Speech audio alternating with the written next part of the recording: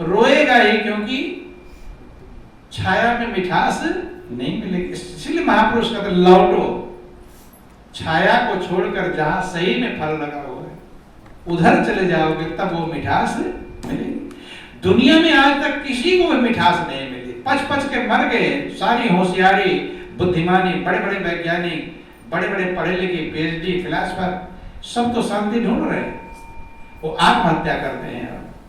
बंधु जब नहीं मिलता तो क्या, अगर आनंद मिल जाता तो आत्महत्या करते हैं, खुद मरते हैं, दूसरों को मारते हैं। ध्यान देना, यही याद रख लेना कि माया और छाया एक जैसी है। छाया में मिठास ढूंढोगे नहीं मिलेगा, और माया में शांति ढूंढोगे नहीं मिलेगा। कि माया छाया एक सी और बिरला जाने कोई, और भगता के पीछे फिरे सन्मुख भागे सो। उल्टा है, जो माया के पीछे दौड़ता है वो भागती है, वो पकड़ में आती नहीं। जैसे आपकी परछाई पड़ रही हो, सूरज निकल रहा हो, अब सोचो मैं अपने छाया के लाओ सर पकड़ लूं, जितनी स्पीड से तुम दौड़ोगे उतनी स्पीड से परछाई भी पकड़ में नहीं आएगा। पकड़ में आ जाएगा, यही हाल माया का है। इसीलिए माया किसी की पकड़ में आती, इसलिए कहते दुनिया कभी भी हुई ना किसी की। कहते हैं कि नहीं कहते, क्योंकि छाया है, कब कैसे होगी, होने का उपाय रास्ता ही नहीं है। कहते माया छाया एक सी बिरला जाने कोय, भगता के पीछे फिरे और सन्मुख भागे सो। बंधु, जो उसकी पीछे दौड़ता है वो और दूर भागती, लेकिन सूरज की तरफ अगर रुख कर लो तब तो खुद ही आएगी, उसको पकड़ने की जरूरत नहीं, तुम्हारे पीछे पीछे दौड़ेगी। यही फार्मूला संत महापुरुष समझाते हैं। तुम अपने रुख को प्रभु रूपी सूर्य की तरफ करो, जैसे उधर करोगे तो माया तो प्रभु के चरणों की दासी है। क्या है? दासी। लेकिन लोग उल्टे हैं, इसी को अज्ञान कहते हैं। लोग क्या करते हैं, दासी से प्रेम करना चाहते हैं, लेकिन जिसकी दासी है उसको उससे मतलब नहीं है, बात की नहीं है। इसीलिए रात दिन किसमें लगे हैं, भगवान में लगे कि माया में? कहां प्रेम करने में लगे? भगवान के लिए जो प्रेम करने का नंबर आता है, घंटे आधे घंटे जब भगवान से भजन करते हुए तो भगवान का प्रेम है। घंटे आधे घंटे में तो सारा नस नाड़ियां पूरा हालत खराब हो जाती है, और 24 घंटे माया में लगे रहो, कोई फर्क पड़ता है? तो छाया से प्रेम करने चले हैं कि प्रभु से? एक दुख का कारण है। क्या है? यही कारण है कि जिसने अपने रुख को मोड़ लिया, प्रभु की तरफ मोड़ लिया। और प्रभु की तरफ मोड़ने का मतलब उससे लापरवाह होना। एक बार हृदय में छोड़ना कि आवे पीछे आवे कि ना आवे, एक बार ये ऐसा होना पड़ेगा। एक बार निश्चित होना, भरोसा उधर का करना पड़ेगा। नहीं समझ? रुख मोड़ने का मतलब। लेकिन लोग ये भरोसा नहीं कर पाते कि जब मैं सूरज की तरफ मुड़ूंगा तो छाया पीछे आएगी, इस बात का भरोसा। इसलिए दौड़ दौड़ के पकड़ना चाहते हैं। इधर दौड़ के तो पकड़ लूंगा और इधर मुड़ जाऊं, न जाने आवेगी ना आवे। ये मजबूती नहीं आ पाती। बंधु, जिसके अंदर ये मजबूती आ गई कि जब मैं प्रभु की तरफ मुड़ूंगा तो आवे ना आवे, जो इस प्रवाह को छोड़ देता है, प्रवाह छोड़ना पड़ेगा। ये सोच के चलोगे आएगी तब नहीं, एक बार तो खरा उतरना पड़ेगा, एक बार मजबूत होना पड़ेगा कि चाहे छाया आवे ना आवे मैं जाऊंगा उधर। महापुरुष कहते हैं कि एक तरफ भगवान है और दूजे माया जान, और संसारी माया चाहे भक्त चाहे भगवान। इसलिए प्रभु ने व्यवस्था बनाई, टेस्ट है कि हम लोगों का टेस्ट है। क्या टेस्ट है? कि तुम आओगे किधर, मेरी तरफ आओगे या मेरी माया की तरफ जाओ। यही टेस्ट है। क्या यही टेस्ट? अपने आप को सोचना कि टेस्ट में फेल होने वाले की तरफ जा रहे हैं या पास होने वाले की तरफ। बंधुओं ध्यान देना, कोई बिरला भाग्यशाली होता है जो इसकी परवाह को छोड़ देता है, माया आवे ना आवे मैं जाऊंगा प्रभु की तरफ। जिसने इस परवाह को कर लिया तो वही अपने मंजिल को पाता है। वो तो दासी है, दासी कहाँ रहेगी? बंधु बोलो वृंदावन बिहारी लाल की। तो इसलिए मजबूत मन बनाने का प्रयास करिए। आपके पास जो रस भरा हुआ है, आनंद का स्रोत भरा हुआ है, उससे अपने दिल को जोड़ें।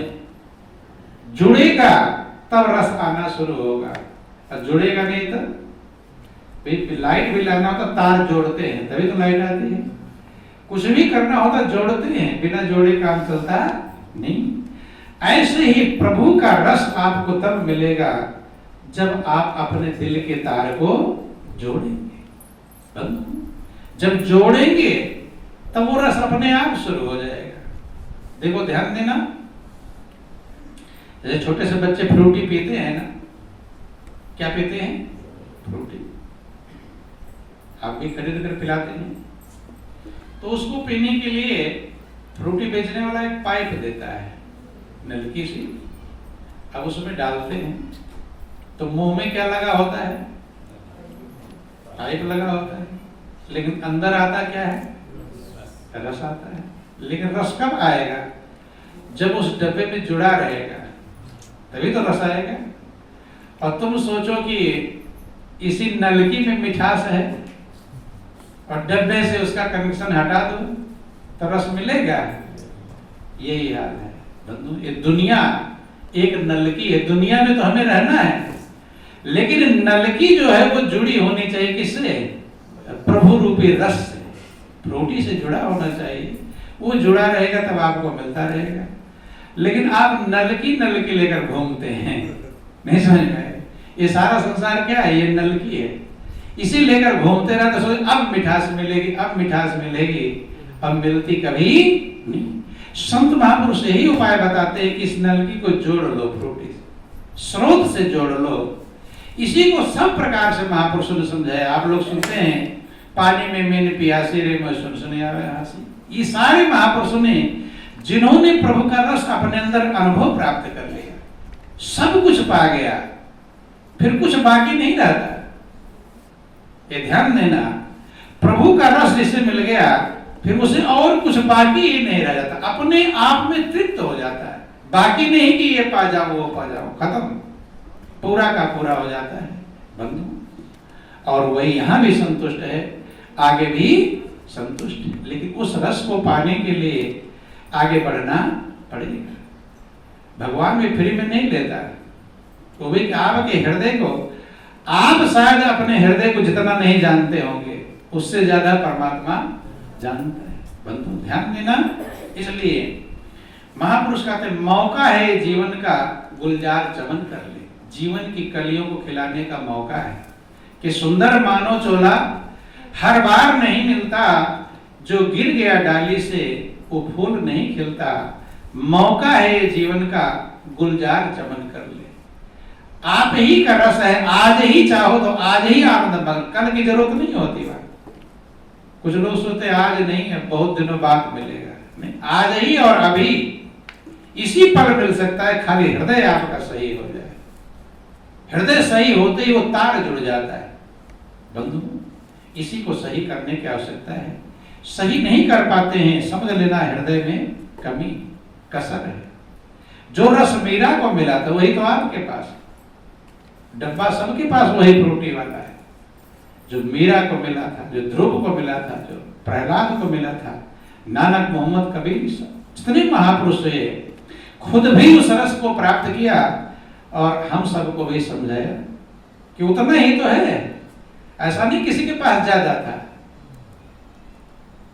कि हिस्से समय मिलती है मेरे मुर्शिद के मैखाने में, आते हैं जो दीवाने पीने को, वो भर भर के पिलाई जाती है। लेकिन पहले दीवाना बनना पड़ेगा, समझ में आएगा? तो दुनिया का दीवाना तो बने हैं, दीवाना का मतलब जिसकी याद आवे उसी के दीवाने बंधु। इसलिए ध्यान देना, मौका अनमोल मिला, प्रभु की कृपा से मिला है। जल्दी अपने दिल को सही करके उधर जाने का प्रयास करें। और दिल को सही करने का एक ही उपाय है, जो हम दुनिया का फालतू कूड़ा कचरा रखे हैं बस उसे ही साफ करना है। शीशा जैसे गंदा हो जाता है ना, गाड़ी का शीशा गंदा हो जाता है कांच, तो ड्राइवर को सामने क्या नहीं दिखाई पड़ता, साफ कर दिया फिर दिखाई पड़ने लगता। लालटेन जलाते हैं, दीपक बत्ती लगी रहती है, लेकिन अगर शीशा उसका गंदा हो जाए काला, तो बाहर रोशनी दिखाई पड़ेगा। इतनी सी बात है, इतना ही काम करना है। शीशे को साफ किया, खर्च तो बराबर हो रहा है। देखो ध्यान देना, जितने लोग जीवित हैं उनका खर्च बराबर हो रहा है, श्वास सबको उतने ही मिल रहे हैं, तो खर्चा बराबर है कि नहीं है? ऐसे थोड़ा किसी को ज्यादा मिले किसी को कम, सबको 21,600 श्वास मिले हैं 24 घंटे में, तो बराबर खर्चा तो बराबर है, लेकिन लाभ कम और अधिक प्राप्त कर पाते हैं। उसी खर्च में कोई ज्यादा लाभ कमा ले रहा है, कोई कम लाभ कमा ले रहा है। अब जिसकी लालटेन का जो शीशा है जिसका गंदा है, तो दीपक और बत्ती, तेल, मिट्टी का तेल सबका बराबर खर्च हो रहा है, लेकिन जिसका गंदा है वो रोशनी नहीं, अंधेरे में बैठा होगा, और जिसने साफ कर लिया वो उजाले। बस इतनी सी बात है। तो अगर आप अंधेरे में, अंधेरे का मतलब बेचैनी, अशांति, चिंता, टेंशन, कभी कभी अंधेरे में कहीं जाना होता है, तो अंधेरे में जाते हो तो कैसा लगता है? डर लगता है, भय लगता है कि नहीं लगता?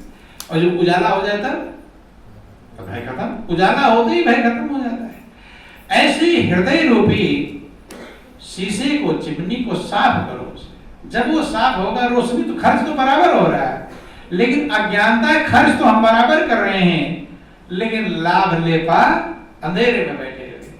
ही शीशे को साफ करना है। इसलिए रामायण में लिख दिया गया, भगवान कहते हैं कि निर्मल मन जन सोई मोहि पावा, और मोहि कपट छल छिद्र ना भाव। निर्मल, जिस जन का मन निर्मल हो गया है, साफ हो गया, वो मुझे प्राप्त पाया ही है, पाना नहीं है, सब कुछ पाया है। वो जो गंदा था वही नहीं निकलने दे रहा, मिलने नहीं दे रहा। इसलिए जीवन बहुत कीमती है, अनमोल है। पल पल संभालें, ना जाने के मौका कब आपसे छीन लिया जाए। ये सब सदा नहीं रहेगा।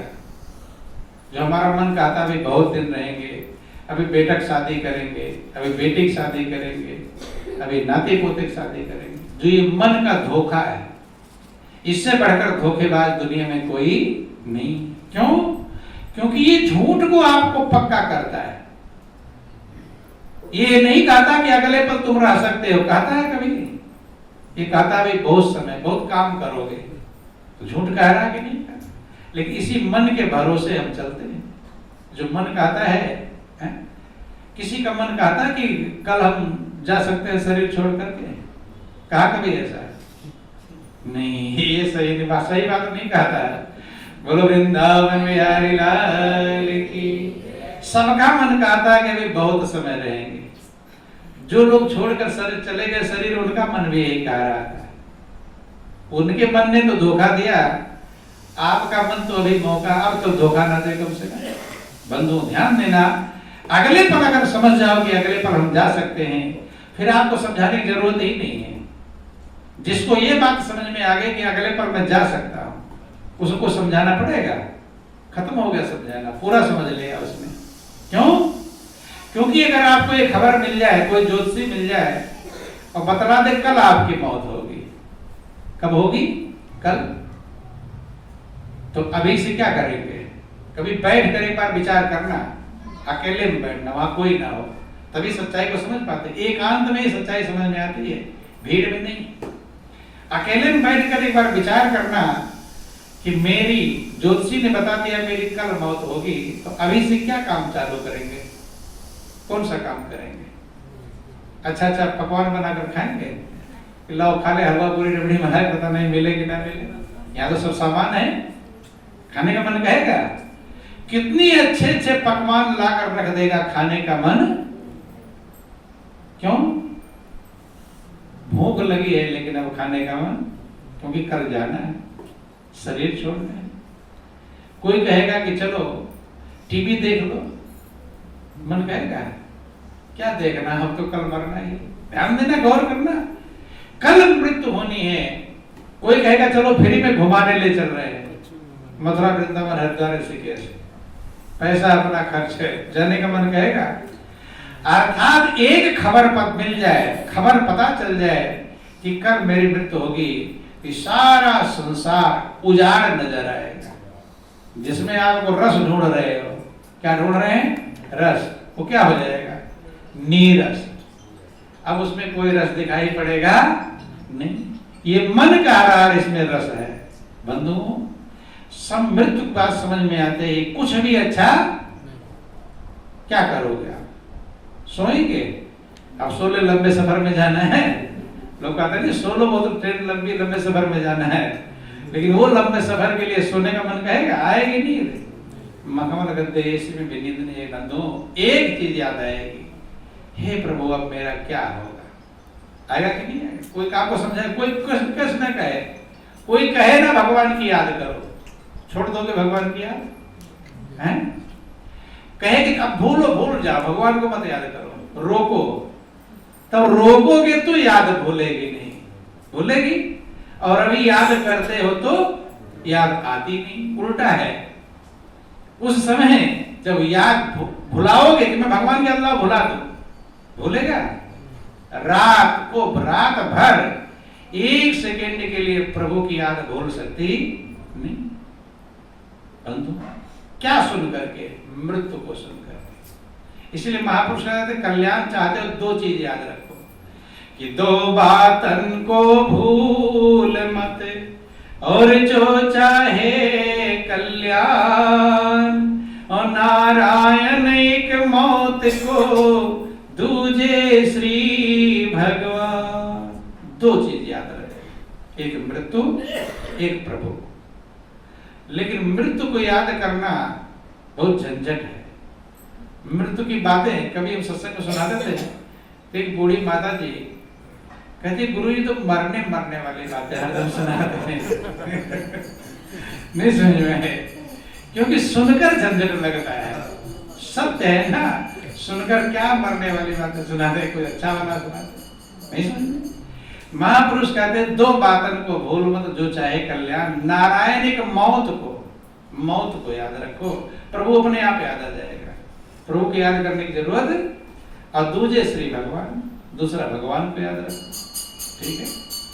तो भगवान को याद करने पर भगवान उतना याद नहीं आएगा जितना मौत को याद करने पर आएगा। तो चलो ज्यादा मौत का थोड़ा हिम्मत आएगी तो ये मौत की याद करोगे, नहीं समझ। तो चलो ज्यादा नहीं, थोड़ा तो याद कर लो। सोते समय सो तो सोच लो कि पता नहीं कल सवेरे उठेगी ना। सोचने में भी झंझट है क्या? झंझट इसमें विराता है। इस सोच कौन सोचे मरने वाले बातें। बोलो वृंदावन बिहारी लाल। सफर में जाओ तो सोच लो पता नहीं पहुंचूंगा कि नहीं।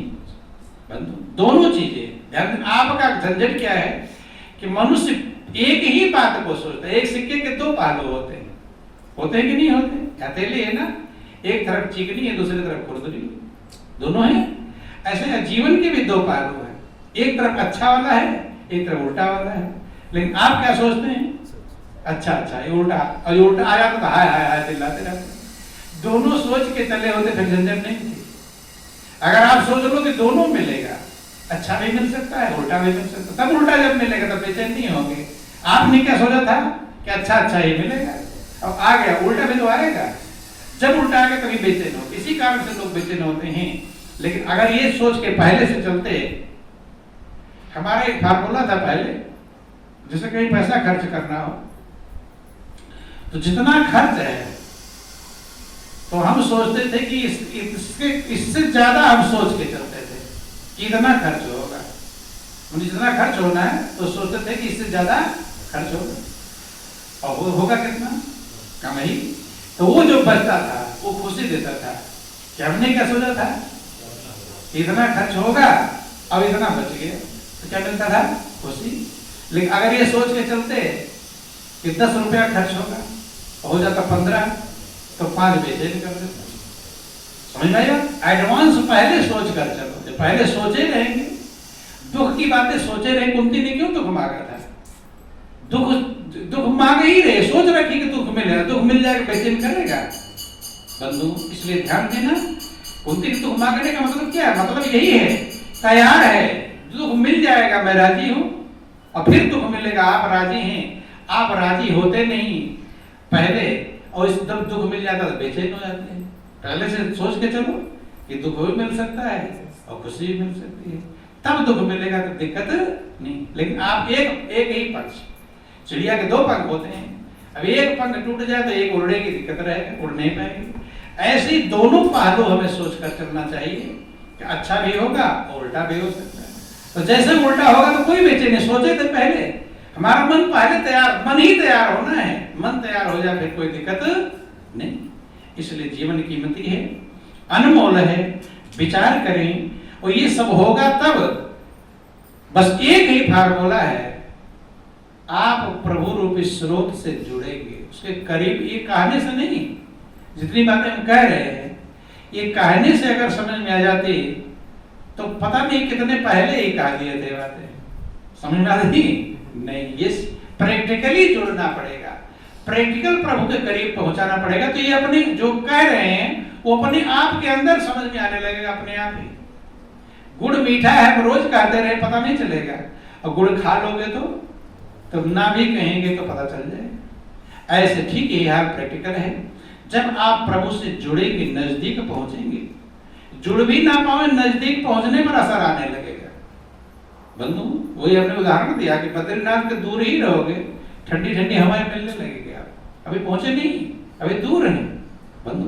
ठीक यही हाल है प्रभु की, अभी नजदीक जितना, इसी उपासना कहते हैं। पूजा को क्या कहते? उपासना। उप माने नजदीक, और आसना माने पहुंचना, नजदीक आसन बनाना प्रभु के उपासना कहलाती है, वही पूजा कहलाती है। पूजा का मतलब प्रभु के नजदीक पहुंचोगे तो उसी का रस आने लगेगा, उसी का आनंद आने लगेगा, और दूर पहुंचोगे तो इसलिए जीवन बहुत कीमती है, अनमोल है। जो प्रभु कृपा करके पल पल दे रहे हैं, इसका हिसाब नहीं चुका पाएंगे, ये दोबारा मिलने वाला नहीं। इसलिए हर पल को संभालें। कहीं हमारा पल इधर में, उधर में, इनका में, तेरी में, ज्यादातर इधर तो बिना मतलब के बर्बाद करते हैं, उसमें ना बर्बाद करके हर पल अपने मन को नाम में लगाएं। जब मौका मिले तो प्रभु से अपने दिल के तार को जोड़ने का प्रयास करें। अपने जब जुड़ेंगे तो आपके अंदर से जो रस छलकेगा औरों को भी सराबोर कर देगा, और आपके अंदर खुद ही नहीं छलक पा रहा, दूसरों का सराबोर करेगा। बात सुन में महापुरुष कहते तो हैं कि आप जपे औरों को जपावे और नानक निश्चय मुक्ति पावे। लेकिन पहले उस रस को आपको ग्रहण करना पड़ेगा, आपको मिठास और मस्ती मिलेगी, तब वो दूसरे के लिए छलकेगा बंधु। इसलिए समझें, विचार करें, जीवन बहुत कीमती है। एक भी पल जो प्रभु देते हैं वो दोबारा नहीं मिलेगा, याद रख लेना। और जो लोग बर्बाद किए वो रोते और पछता कर चले गए। इसलिए इस पल पल संभालें, ये मौका, ये वक्त फिर ना आएगा। कहता हूं बार बार, महापुरुष कहते बार बार हम कहते हैं कि ये मौका फिर, कि दाव का चूका फिर मारता है और समय का चूका सिर मारता है।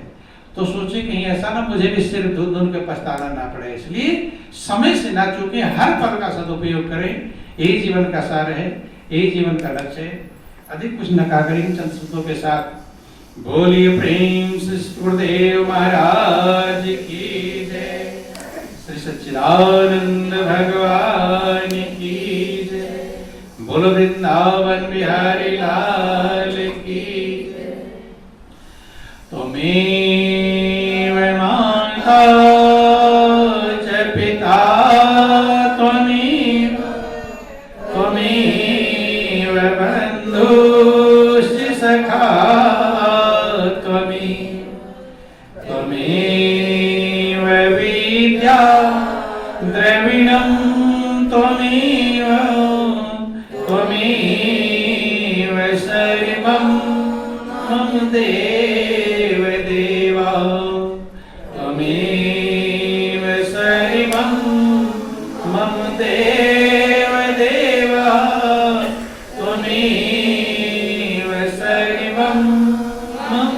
देव देवा। बोलिए प्रेम से श्री गुरुदेव महाराज की जय। सच्चिदानंद भगवान की जय। उमापति महादेव की जय। पवन सुत हनुमान जी महाराज की जय।